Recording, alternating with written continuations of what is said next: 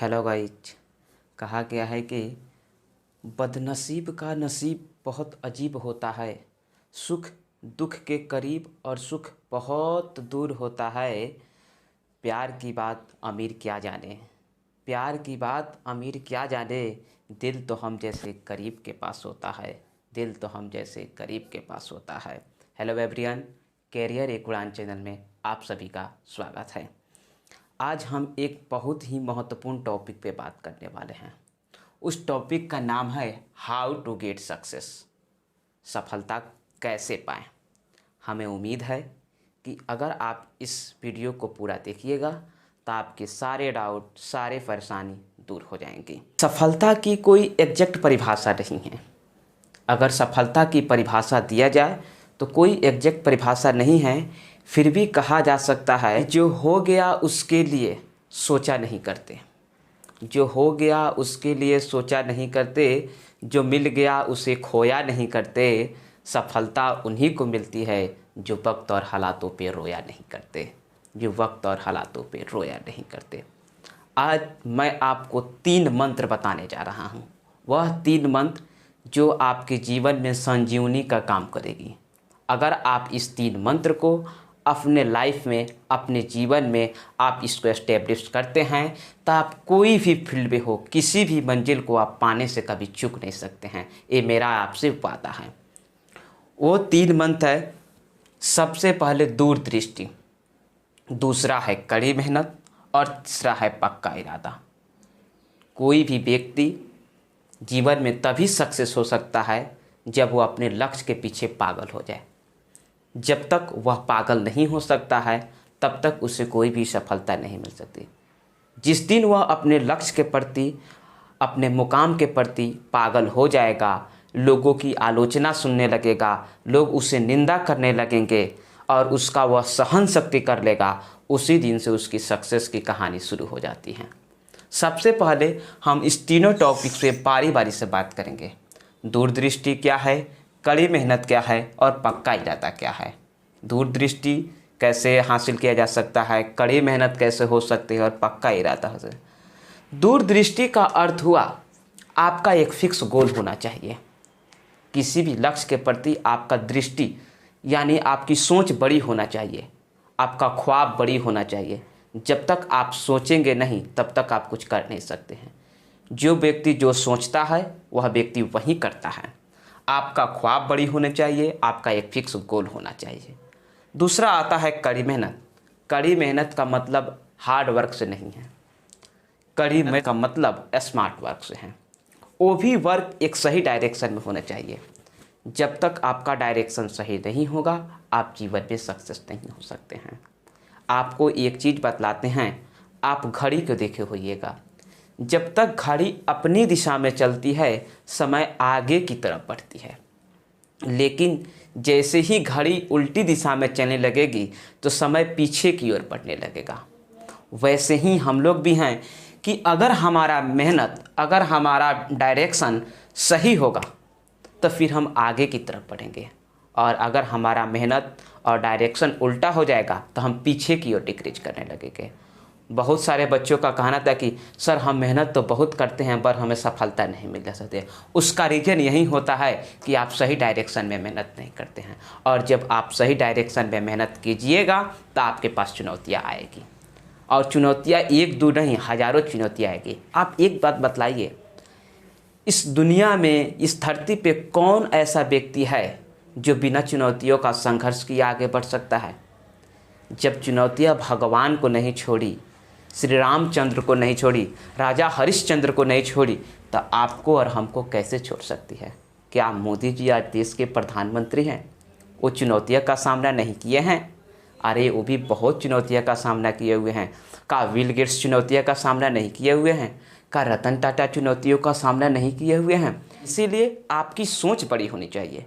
जब तक आपका सोच बड़े नहीं होगा तब तक आप कुछ नहीं कर सकते हैं। तो आपका क्या होना चाहिए, मेहनत और डायरेक्शन सही दिशा में होना चाहिए, और चुनौतियों का सामना करने के लिए संघर्ष होना चाहिए।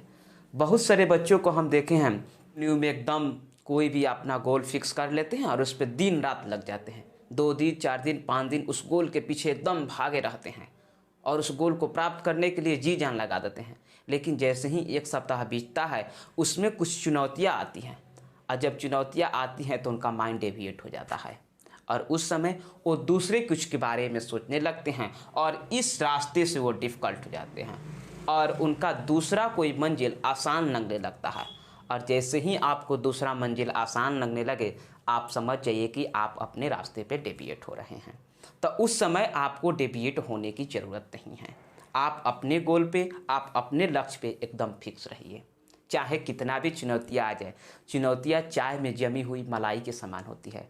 कामयाब लोग फूंक मारते हैं और आगे की तरफ बढ़ते हैं। अगर आपको जीवन में सक्सेस होना है, गांव, समाज, परिवार, सब किसी को बातों को सुनना पड़ेगा, उसका सहन शक्ति करना पड़ेगा और फिर अपने लक्ष्य के प्रति ध्यान देना पड़ेगा। जब तक आप इन सब बातों को, इन सब आलोचनाओं को नहीं सुनिएगा तब तक आप आगे की ओर नहीं बढ़ सकते हैं। आपके अंदर एक सहन शक्ति होना चाहिए और जिस दिन ये सहन शक्ति आपके पास आ गया उस दिन आप दुनिया के हर मुकाम, हर मंजिल को आप प्राप्त कर सकते हैं। और उसी के लिए आता है पक्का इरादा। आपको चुनौतियों का संघर्ष करना है, उस समय अपना इरादा पक्का रखना है। चाहे जो कुछ आ जाए, जितना तूफान आ जाए, जितना आंधी आ जाए, हम तो जो रास्ते चुन लिए हैं उसी पे चलेंगे। उसके लिए हमारा रास्ता डेविएट नहीं होगा। और जब इस आपका पक्का इरादा रहेगा तो आपको कोई भी उस चुनौती से रोक नहीं सकता है, कोई भी आपको मंजिल प्राप्त करने से आपको रोक नहीं सकता है। तो इसीलिए आप अपने जीवन में दूरदृष्टि, कड़ी मेहनत और पक्का इरादा, ये 3 चीज़ आप अपने जीवन में अवश्य लाएं। बहुत सारे बच्चों का कहना होता है कि सर हम कॉन्सेंट्रेशन के साथ पढ़ते हैं, 2 घंटा, 4 घंटा, 5 घंटा पढ़ते हैं, फिर उसके बाद मन उब जाता है। आप शुरू में जब भी पढ़ाई की तरफ जाइएगा तो थोड़ा सा आपको बोझ लगता है, लेकिन उसको आप रोचक बनाइए, अपने हिसाब से अट्रैक्शन बनाइए और जिस दिन पढ़ाई आपने के लिए रोचक बन जाएगा उस दिन से आप एक नए मुकाम की ओर चलने लगेगा। ऐसा पढ़ाई का मतलब ये नहीं हुआ कि हाँ हम एकदम पढ़ने बैठ गए और उसके बाद मोबाइल पे फ़ोन आ गया, जानू सोना मानू टोना, इस सब के चक्कर में नहीं पढ़ना है। प्यार मोहब्बत सब धोखा है, पढ़ लो बाबू अभी मौका है। इस सब चीज़ों को नेगलेक्ट करते हुए आप एकदम अपने लक्ष्य पे लगिए। आप जिसके लिए आज तड़पते हैं अपने आप को इतना परफेक्ट बनाए कि कल वो आपकी एक झलक पाने के लिए तरसे। आप अपने आप को इतना स्टेबल्स बनाइए। सूरज की तरह अगर जलना, चमकना है तो सूरज की तरह अगर जलना होगा। जब तक आप संघर्ष नहीं कीजिएगा, आपके अंदर घर्षण नहीं होगा, तब तक आप नहीं चमक सकते हैं। और जिस दिन संघर्ष हो जाएगा, जिस दिन संघर्ष करना सीख जाइएगा, उस दिन से आप चमकना शुरू हो जाइएगा। आप जब रास्ते में बहुत सारे लोगों का मोटिवेटेड वीडियो देखें या देखिए वाह करें, ऐसा कुछ नहीं है। आप अपने अंदर इस क्षमता को लाइए कि हम दूसरे को बने बनाए रास्ते पर नहीं चले। हमारा एक रास्ता खुद होना चाहिए, हम उस रास्ते पर चले और बाकी सब कोई मेरे रास्ते पर चले। और जिस दिन आपने ये सोच लीजिएगा उस दिन आप सफल इंसान के एक श्रेणी में आ जाइएगा। अपना रास्ता खुद क्रिएट कीजिए और उस रास्ते पे आप चाहिए कि दूसरे लोग आपके चले। और हम बिहारियों का एक सबसे बड़ा मेंटलिटी जानते हैं क्या होता है? सबसे बड़ा रोग क्या कहेंगे लोग। हम लोगों का सबसे बड़ा एक ही चीज़ है कि क्या कहेंगे लोग। हम लोग कोई भी काम करने से पहले 50 बार सोचते हैं लोग क्या कहेंगे, घर वाले क्या कहेंगे, फैमिली वाले क्या कहेंगे, गांव समझ के कहेंगे। अरे बाबू, सब कोई सब कुछ कहता है, लेकिन आप अपने इबालिटी के अनुसार, आपके बारे में आपसे बेहतर कोई नहीं जान सकता है। आप क्या कर सकते हैं, क्या नहीं कर सकते हैं, वो सिर्फ और सिर्फ आप जान सकते हैं। आप अपने इबालिटी को पहचानिए और उसकी तरफ आगे की ओर बढ़िए। ऐसा ज़रूरी नहीं है कि दूसरे कोई कह दिया उसके इबालिटी से हम चलेंगे। अपने अंदर क्षमता को आप जानते हैं, आप उस तरीक़ा से वर्क कीजिए। आपको एक चीज़ बतला दे कि कोई भी अगर आप अच्छा काम करते हैं ना तो उसमें ज़्यादा लोगों की सलाह लेने की ज़रूरत नहीं है। आपको परेशानी आएगी। आप जितने ज़्यादा से ज़्यादा लोगों को से सलाह लीजिएगा ना, उतने से ज़्यादा आपको विभिन्न प्रकार की बातों मिलेगी और आप एक चुनौतियाँ में घिर जाइएगा। जिस तरह मकड़ी जाल बीनते बीनते खुद एक दिन उसी में घिर जाता है और फंस जाता है, उसी तरह आपका जीवन हो जाएगा। आप एक चीज़ ठानिए और उसको साफ कर डालिए, चाहे उसके लिए कुछ भी हो। आप एकदम पागल हो जाइए। जब तक आप पागल नहीं होइएगा तब तक आपको कुछ मिलने वाला नहीं है। एक बार एक शिष्य ने एक गुरु से कहा कि गुरुजी आप बतलाइए कि हम सक्सेस कैसे हो सकते हैं, आखिर सफलता मिलती कैसे है।